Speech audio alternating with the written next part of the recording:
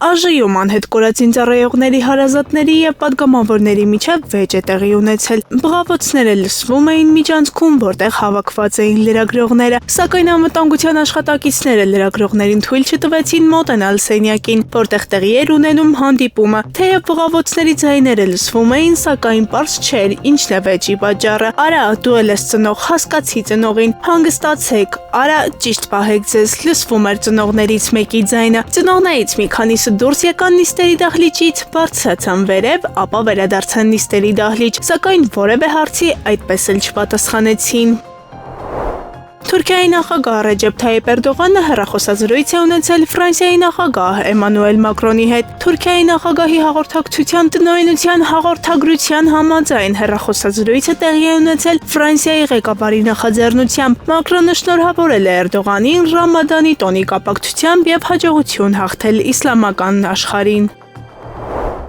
ԱՄՆ նախագահ Դոնալդ Թրամփը կիրակի երեկոյան Վաշինգտոն վերադառնալիս անդրադարձել է ռուս-ուկրաինական հակամարտությանը։ Նա դժգոհել է Ռուսաստանի Դաշնության նախագահ Վլադիմիր Պուտինի գործողություններից, սակայն խոսել է ավելի մեղմ տոնով, քան նախկինում։ Ես չեմ կարծում, որ Պուտինը կխախտի իր խոսքը, ասել է նա։ Ես նրան վաղուց եմ ճանաչում, մենք միշտ լավ հարաբերություններ ենք ունեցել։ Խաղաղության շուրջ համաձայնության գնալու ժամկետների մասին Թրամփը ասել է, որ գոյություն ունի հոգեբանական վերջնաժամկետ։ Եթե կարծեմ, որ նրանք ձգձգում են, ես դժգոհ կլինեմ, հավելել է նա։ Այնուհետև Թրամփը քննադատել է Ուկրաինայի նախագահ Վլադիմիր Զելենսկուն, ասելով նա փորձում է հրաժարվել հազվագյուտ հողային մետաղների գործարքից, եւ եթե նա դա անի, խնդիրներ կունենա, շատ մեծ խնդիրներ։ Թրամփի խոսքով Զելենսկին ցանկանում է վերանայել գործարքը, ավելի հուսալի անվտանգության երաշխիքներ ստանալու համար։ Նա ցանկանում է դառնալ ՆԱՏՕ-ի անդամ, բայց նա երբեք չի դառնա ՆԱՏՕ-ի անդամ։ Նա դա հասկանում է, եզրափակել է նա։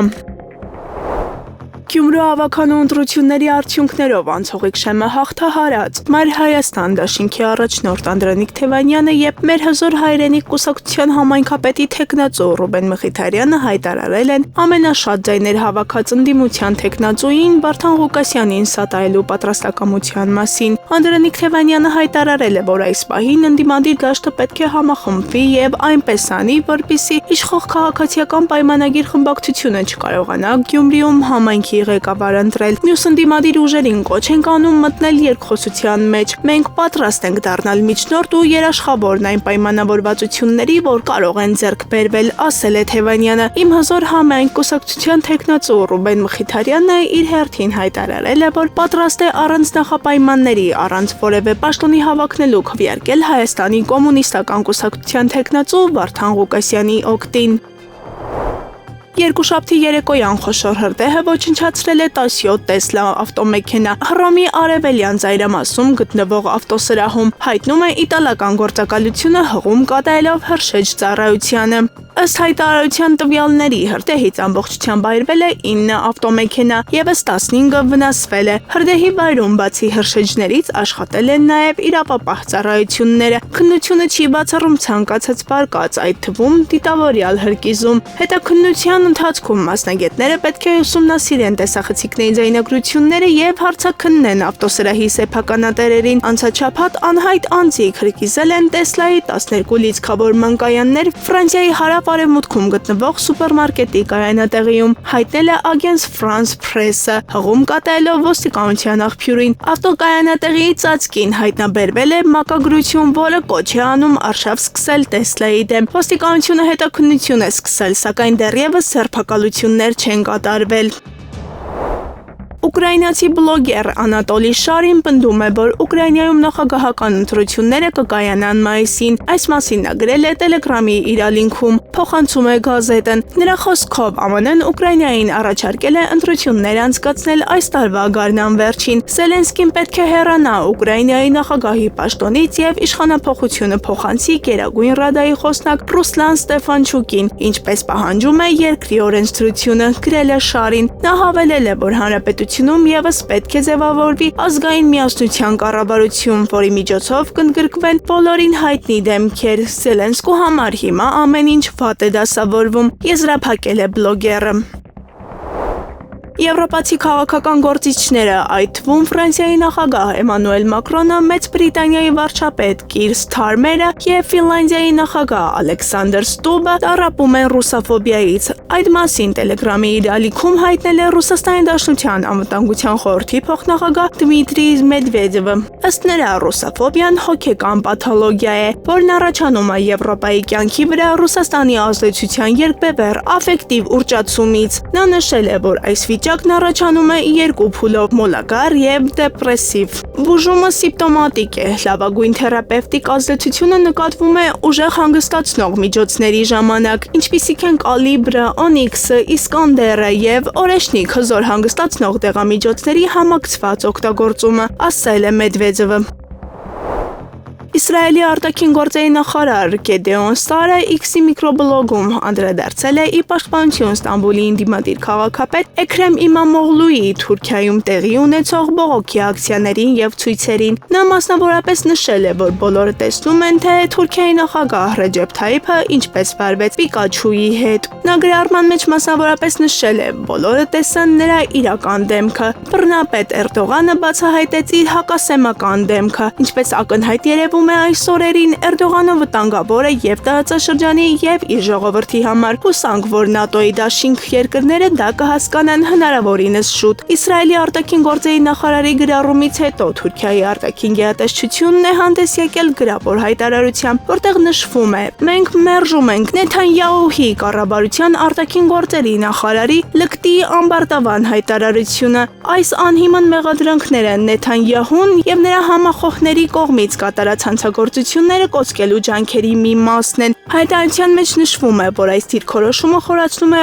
անհանգստությունն առ այն, որ Իսրայելը կարագացնի Գազայում իրագործված ցեղասպանությունը և կակտիվացնի իր գործունեությունը տարածաշրջանի մյուս երկրների ապակայունացնելուն ուղղված իր գործողությունները։ Նաև ընդգծվել է, որ Թուրքիան կշարունակի կանգնել Իսրայելի թիրախում գտնվող քաղաքացիների կողքին և պաշտպանել նրանց իրավունքները։ Իրար հաջորդող հայտարարություններից հետո Իսրայելի արտաքին գործերի նախարարությունն է մեջբերել Թուրքիայի ԱԳՆ-ի հայտարարությունը և գրել. ինչն էր անհանգստացնում Թուրքիայի ԱԳՆ-ին։ Ահա բռնապետի խոսքերը պարզաբանելու մի եղանակ։ Հստակեցրեք, որ Էրդողանը հակասեմիստ չէ, որ նա հրեական պետության հանդեպ մոլեգին ատելություն չի տածում։ Բոլորին է հայտնի, թե Էրդողանն ինչ է արել տարածաշրջանի ազգերին ու ժողովուրդներին Կիպրոսից մինչև Սիրիա։ Բոլորը տեսնում են, թե ինչ է նա անում իր ժողովրդի հետ և բոլորը գիտեն, թե ինչ են ուզում անել հրեական պետության հետ։ Միացյալ Նահանգների նախագահ Դոնալդ Թրամփի խորհրդարանականները, որոնք ագրեսիվ են տրամադրված Ռուսաստանի Դաշնության նկատմամբ, ամենայն հավանականությամբ ազդեցություն են ունենում Վաշինգտոնում Ուկրաինայի հարցով բանակցությունների ձգձգման պատճառով։ Այդպես է վերլուծաբան Գլեն Հովարդը մեկնաբանել Թրամփի բարկությունը Պուտինի վրա, գրում է The Wall Street Journal։ Փորձագետի խոսքերով Կրեմլի նկատմամբ Սպիտակ տան ղեկավարի անձնական վրդովմունքն աճում է, ինչի մասին վկայում է սոցցանցում նրա վերջին գրառումներից մեկը, որում հիշատակվում է ռուսական ագրեսիան չինական էքսպանսիոնիզմի հետ մեկտեղ, որպես Գրենլանդիայում ԱՄՆ ռազմաբարական շահերի արդարացում։ Այդ արտահայտությունն անսովոր հարձակում էր Կրեմլի վրա, իր տեսակետն է հայտնում Հովարդը։ Կիևն արևմտյան երկրներից վճռական պատասխան է ակնկալում երկրի տարածքում ռազմական անօդաչու թռչող սարքերի գրեթե ամենօրյա հարձակումներին ի պատասխան, հայտարարել է Ուկրաինայի նախագահ Վլադիմիր Զելենսկին։ Մեր գործընկերները պետք է հասկանան, որ ռուսական այդ հարվածները ոչ միայն մեր ժողովրդի դեմ են, այլև բոլոր միջազգային դիվանագիտական ջանքերի, որոնք ուղղված են այս պատերազմի դադարեցմանը, ասել է Զելենսկին իր գիշերային տեսաուղերձում, նշելով, որ մեկ գիշերվա ընթացքում Ուկրաինայի վրա հարձակվել է 172 անօդաչու թռչող սարք։ Մենք պատրաստ ենք պատասխանի, լուրջ պատասխանի, մենք աշխատում ենք ուժեղ արձագանք ապահովելու ուղղությամբ, հատկապես Ամերիկայի, Եվրոպայի կողմից նաև բոլոր նրանց, ովքեր ապավինում են դիվանագիտությանը, հավելել է Ուկրաինայի ղեկավարը։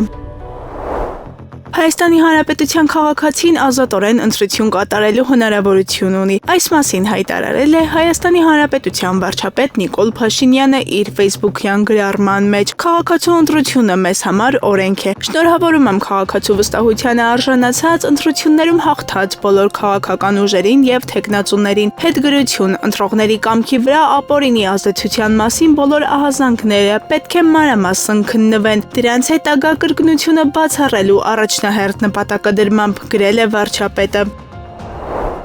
Ադրբեջանի ՊՆ հաղորդագրությունը, թե իբր մարտի 30-ին ժամը 22:30-ից մինչև մարտի 31-ը ժամը 04:35-ը ՀՀ զինված ուժերի ստորաբաժանումները կրակ են բացել սահմանագոտու արևելյան եւ հարավարևելյան հատվածներում տեղակայված ադրբեջանական դիրքերի ուղղությամբ չի համապատասխանում իրականությանը։ Միաժամանակ հայտնում ենք, որ մարտի 31-ին ժամը 00:50-ից սահմաններում ադրբեջանի զինված ուժերի ստորաբաժանումները կրակ են բացել Սյունիքի մարզի Խնածախ բնակավայրի ուղղությամբ, ինչի հետևանքով վնասվել է բնակելի տուն։ Տուժածներ չկան։ Հիշեցնենք, որ Հայաստանի Հանրապետության վարչապետի աշխատակազմը առաջարկել է հրադադարի ռեժիմի խախտման դեպքում կամ այդ մասին տեղեկությունների հետաքննության Հայաստան-Ադրբեջան համատեղ մեխանիզմ ստեղծել, ինչին մինչև օրս Ադրբեջանը չի արձագանքել։ Հայաստանի Հանրապետության պաշտպանության նախարարությունը վերահաստատում է, որ Հայաստանի Հանրապետության վարչապետի աշխատակազմի դիրքորոշմանը համապատասխան պատրաստ է հետաքննել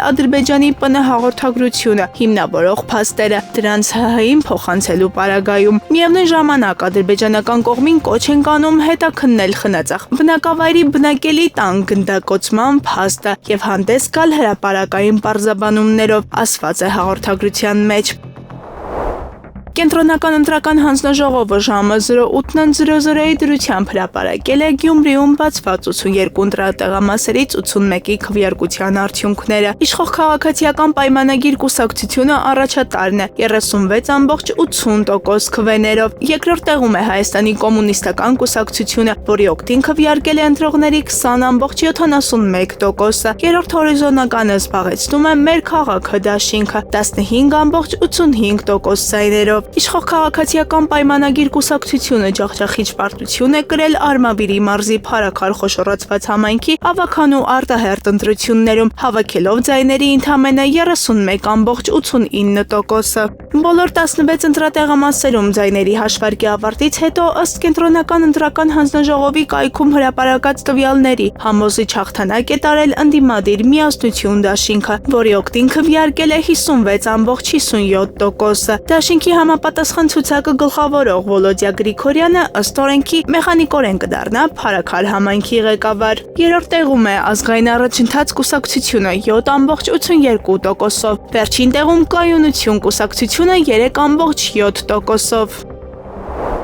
Իրանը հողի տակ հրթիռներ է տեղակայել ԱՄՆ-ին պատասխանելու համար։ ԱՄՆ նախագահ Դոնալդ Թրամփի սպառնալիքների ֆոնին տեղեկացրել է Tehran Times պարբերականը։ Իրանի զինված ուժերը պատրաստել են հրթիռներ, որոնք կարող են խոցել ԱՄՆ-ի հետ կապված դիրքերը Թրամփի ռազմական գործողությունների մշտական սպառնալիքների ֆոնին։ Այդ պատրաստ հրթիռների զգալի մասը տեղակայված է երկրի տարածքով մեկ սփռված ստորգետնյա օբյեկտներում, որոնք նախատեսված են օդային հարվածներին դիմակայելու համար, գրել է թերթը։ Tehran Times-ի տվյալներով իրանցիները հրաժարվել են ԱՄՆ-ի հետ բանակցություններից, հայտարարելով, որ պատրաստ են վճռական պատասխան տալ ցանկացած ագրեսիայի։ Ավելի վաղ Թրամփը հայտնել էր, որ եթե Վաշինգտոնն ու Թեհրանը համաձայնության չգան իրանական միջուկային ծրագրի շուրջ, ապա ԱՄՆ-ն հզոր ռմբակոծության կենթարկի Իրանին։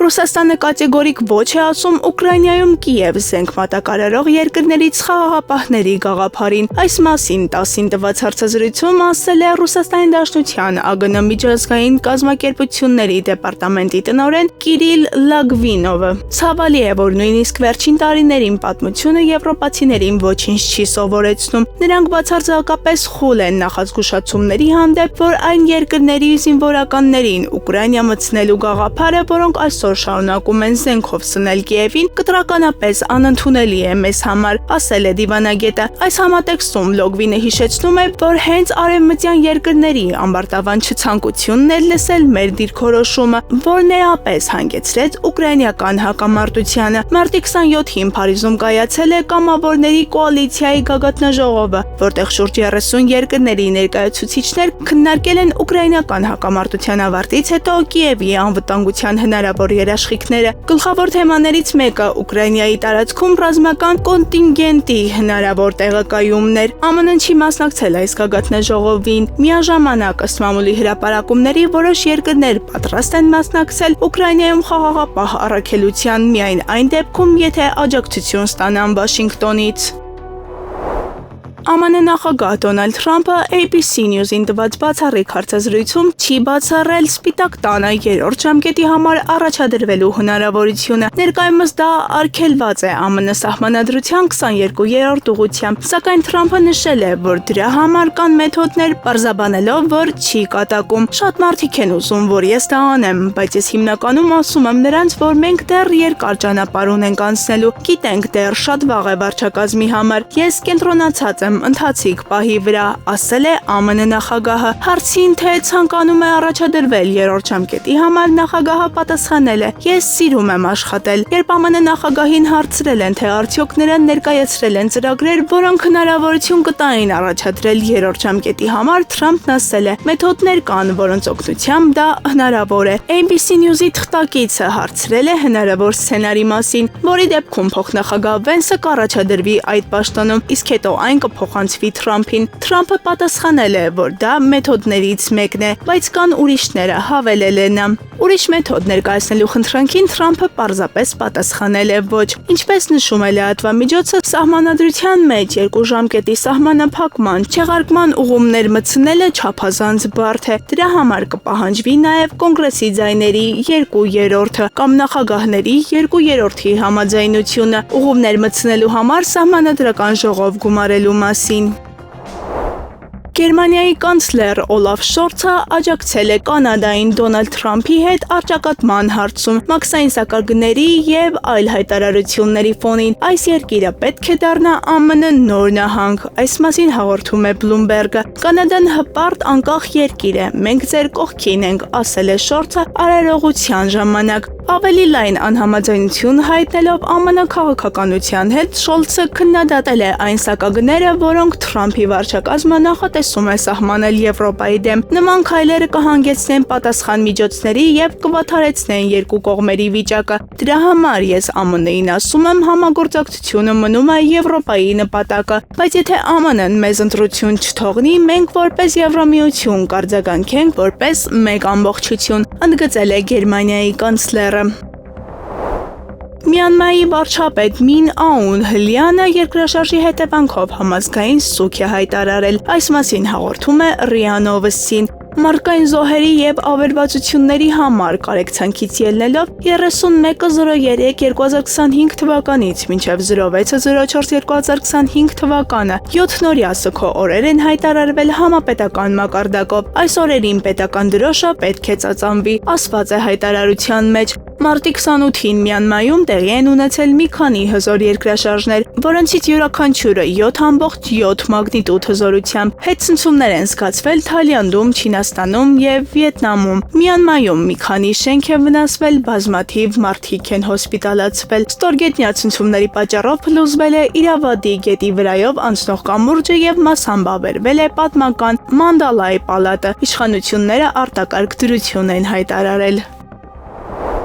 Բալթյան երկրների պաշտպանության նախարարները նախազգուշացրել են, որ Ուկրաինայում հրադադարը զգալիորեն կմեծացնի իրենց տարածաշրջանի անվտանգության սպառնալիքները, գրում է Financial Times-ը։ ՍԼՄ-ի Էստոնիան, Լիտվան եւ Լատվիան մտահոգված են, որ Մոսկվան կանգ չի առնի Ուկրաինայում, եթե Թրամփի վարչակազմը ստորագրի հրադադարի մասին համաձայնագիր։ Մերձբալթյան երկրները նշում են, որ Կրեմլն արդեն նախազգուշացրել է ռազմական արտադրություններ ավելացնելու եւ իրենց սահմանների երկայնքով լրացուցիչ զորքեր տեղակայելու ծրագրերը։ Մենք բոլորս հասկանում ենք, որ երբ պատերազմն Ուկրաինայում ավարտվի, Ռուսաստանը շատ արագ կվերաբաշխի իր ուժերը։ Դա նաև նշանակում է, որ սպառնալիքի մակարդակը զգալիորեն կբարձրանա։ Financial Times-ին ասել է Էստոնիայի պաշտպանության նախարարը։ Իր հերթին նրա լիտվացի գործընկեր Դովիլե Շակալենեն նման հայտարարություն է արել Միացյալ Թագավորությունում այս շաբաթվա սկզբին։ Եկեք ինքներս մեզ չխաբենք, թե Ռուսաստանը պատրաստվում է վերջացնել Ուկրաինայի հետ։ Ռուսաստանը հրադադարից հետո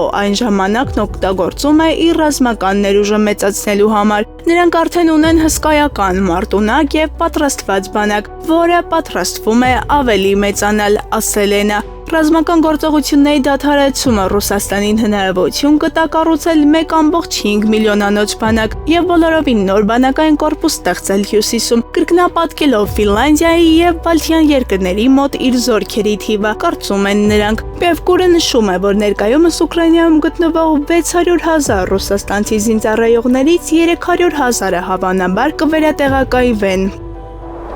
Ուկրաինան չպետք է մտածի ընտրությունների մասին, քանի դեռ չի ավարտվել Ռուսաստանի հետ հակամարտությունը։ Ուկրաինայի զինված ուժերի նախկին գլխավոր հրամանատարն ու Մեծ Բրիտանիայում Հանրապետության դեսպանն այս մասին հայտարարել են ի պատասխան ընտրություններին իր մասնակցության մասին հարցին, գրում է RBE Ուկրաինան։ Իմ պատասխանն այս հարցում չի փոխվել։ Մինչ պատերազմը շարունակվում է, մենք բոլորս պետք է աշխատենք պահպանել երկիրը եւ չմտածենք ընտրությունների մասին։ Ես չեմ մեկնաբանում տարբեր ասեկոսներ, ասել է Զալուժնին։ Ուկրաինայի նախագահ Վոլոդիմիր Զելենսկու պաշտոնավարման ժամկետն ավարտվում է 2024 թվականի մայիսի 20-ին։ Անցյալ տարվա ընտրությունները չեղարկվել են Ուկրաինայում ռազմական դրության եւ համընդհանուր մոբիլիզացիայի պատճառով։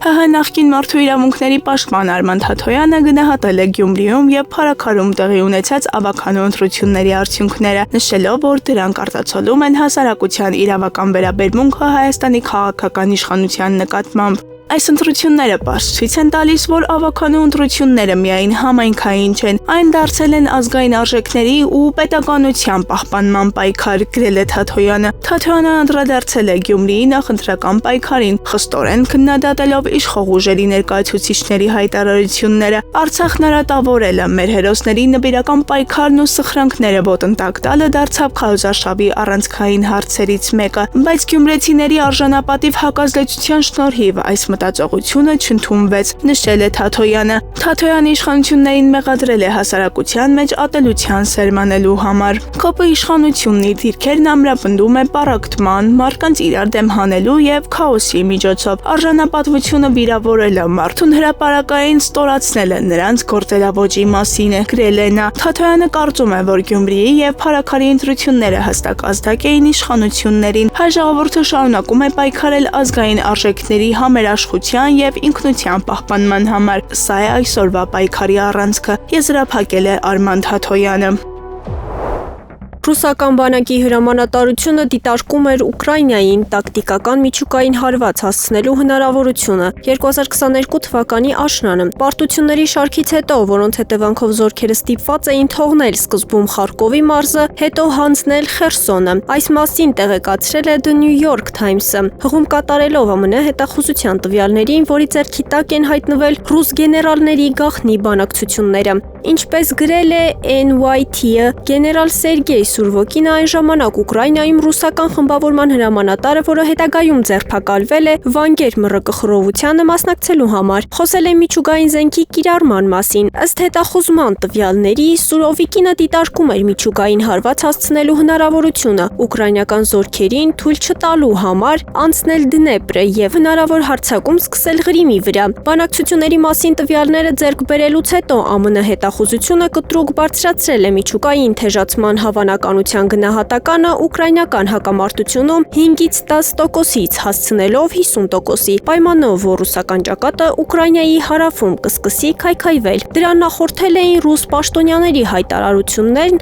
Ուկրաինայի իբր կեղտոտ ռումբ պայթեցնելու պլաններին, ինչպես նաև Կրեմլի բազմաթիվ միջուկային սպառնալիքների մասին, որոնք հնչեցնում էին պաշտոնյաները ընդհուպ միջև նախագահը։ Financial Times-ի տվյալներով միջուկային թեժացման կանխման համար ԱՄՆ-ն ներգրավել է Չինաստանին։ Չինաստանի նախագահ Սի Ցзինփինը FITI-ի աղբյուրների խոսքով անձամբ է նախազգուշացրել Վլադիմիր Պուտինին, որ միջուկային զենքի օգտագործումը վնաս կպատճառի Մոսկվայի եւ Պեկինի հարաբերություններին, որը պատերազմի սկսվելուց հետո դարձել է ռուսական նավթի եւ գազի ամենամեծ գնորդը եւ Ռուսաստանի Դաշնության սպառողական ապրանքների գլխավոր մատակարարը։ Ուղերձը, ինչպես հավաստիացրել են FT աղբյուրները, Սի Ցзինփինը Պուտինին է հասցրել 2023 թվականի մարտին եւ հանձնել Մոսկվայում անձնական հանդիպման ժամանակ։ Կրեմլին ազդանշան է ուղարկել նաև ԱՄՆ-ն, անցած տարվա մայիսին պատմել է Լեհաստանի արտաքին գործերի նախարար Ռադոսլավ Սիկորսկին։ Ամերիկացիները ռուսներին ասացին, որ եթե միջուկային ռումբ կիրառեք, անգամ եթե ոչ ոք չզոհվի, մենք կխոցենք ձեր բոլոր օբյեկտներն Ուկրաինայում սովորական զենքով։ Մենք դրանք բոլորը կոչնչացնենք, ասել է Սիկորսկին։ Ֆինլանդիայի նախագահ Ալեքսանդր Ստուբը անակնկալ այցով մեկնել է Միացյալ Նահանգներ եւ Ֆլորիդայի Լարագայում 7 ժամ ոչ պաշտոնական հանդիպում ունեցել ԱՄՆ-ի նախագահ Դոնալդ Թրամփի հետ։ Նրանք գոլֆ են խաղացել, միաժամանակ քննարկել երկու թեմա՝ Ֆինլանդիայի եւ ԱՄՆ-ի հարաբերություններն ու ուկրաինական հակամարտությունը։ Ստուբը նշել է, որ այցից առաջ ինքը զրուցել է հիմնական դաշնակիցների, այդ թվում Ուկրաինայի նախագահ Վլադիմիր Զելենսկու, Ֆրանսիայի նախագահ Էմանուել Մակրոնի, Մեծ Բրիտանիայի վարչապետ Քիր Սթարմերի, ՆԱՏՕ-ի գլխավոր քարտուղար Մարկ Ռյուտեի, ինչպես նաև Հյուսիսային Եվրոպայի երկրների բոլոր վարչապետների եւ ԵՄ ղեկավարության հետ։ Նա հավելել է, որ Թրամփին է փոխանցել Ուկրաինային աջակցելու եւ Ռուսաստանի դեմ պատժամիջոցները շարունակելու Ֆինլանդիայի եւ Եվրոպայի մտադրությունները։ Ֆինլանդիայի նախագահը նաև Թրամփին կոչ է արել դիտարկել հրադադարի համար վերջնակետ սահմանելու հնարավորությունը։ Ստուբն առաջարկել է ապրիլի 20-ը նշանակել Ուկրաինայում հրադադարի հաստատման օր, հաշվի առնել, որ այդ օրը Սուրբ Զատիկ է։ Նաև լրանում է ԱՄՆ նախագահի պաշտոնավարման 3 ամիսը։ Ինչ վերաբերում է ԱՄՆ-Ֆինլանդիա հարաբերություններին, ըստ Ստուբի, դրանք շարունակում են կառուցվել ամուր հիմքի վրա։ Նա մասնավորապես կարևորել է ԱՄՆ-ի համար սառցահատիկների հնարավոր կառուցման թեման։ Նախագահ Թրամփը օրվա ընթացքում մի քանի անգամ բարձրացրեց սառցահատիկների կառուցման գաղափարը եւ դա լավ է Ֆինլանդիայի համար։ Կարծում եմ շատ կարևոր է, որ կարողանանք նպաստել դրանց կառուցմանը որպես դաշնակիցներ, քանի որ Ֆինլանդիան կառուցել է աշխարհում սառցահատիկների մոտ 60%-ը։ Իսկ այժմ մարզաշխարհի լուրից Կրիշտիանո Ռոնալդոն եւ Լիոնել Մեսին միասին հանդես չեն գա ամերիկյան Ինտեր Մայամիի կազմում։ Ավելի վաղ տեղեկություններ հրապարակվել, որ Կրիշտիանո Ռոնալդոն կարող է կարճաժամկետ պայմանագիր կնքել Ինտեր Մայամիի հետ, որպեսզի ամռանը Լիոնել Մեսսի հետ միասին հանդես գա աշխարհի ակումբային առաջնությունում։ Ֆաբրիցիո Ռոմանոն ամբողջությամբ հերքել է այս տեղեկությունը։ Նա պարզաբանել է, որ տեղեկությունը չի համապատասխանում իրականությանը եւ նման տրանսֆերի հիմք չկա։ Իսկ այժմ եղանակի մասին Երևանում մարտի 29-ի 31-ին, ապրիլի 2-ին օրվա ընթացքում սպասվում է կարճատև անձրև։ Ապրիլի 1-ին սպասվում է առանց ստեղումների եղանակ։ Մարզերում մարտի 29-ի 31-ին, ապրիլի 2-ին օրվա ընթացքում առանձին շրջաններում սպասվում է կարճատև անձրև։ 29-ի 31-ի ցերեկը նաև ամպրոպ։ Ապրիլի 1-ին սպասվում է առանց ստեղումների եղանակ։ Քամին հյուսիսարևմտյան հատվածում 3-ից 6 մետր/վայրկյան արագությամբ։ Մարտի 29-ի 31-ին, ապրիլի 1-ի 2-ին առանձին շրջաններում սպասվում է քամուշ գնացում 15-ից 20 մետր/վայրկյան։ Օդի ջերմաստիճանը մարտի 29-ի 30-ից ցերեկային ժամերին աստիճանաբար կբարձրանա 3-ից 5 աստիճանով։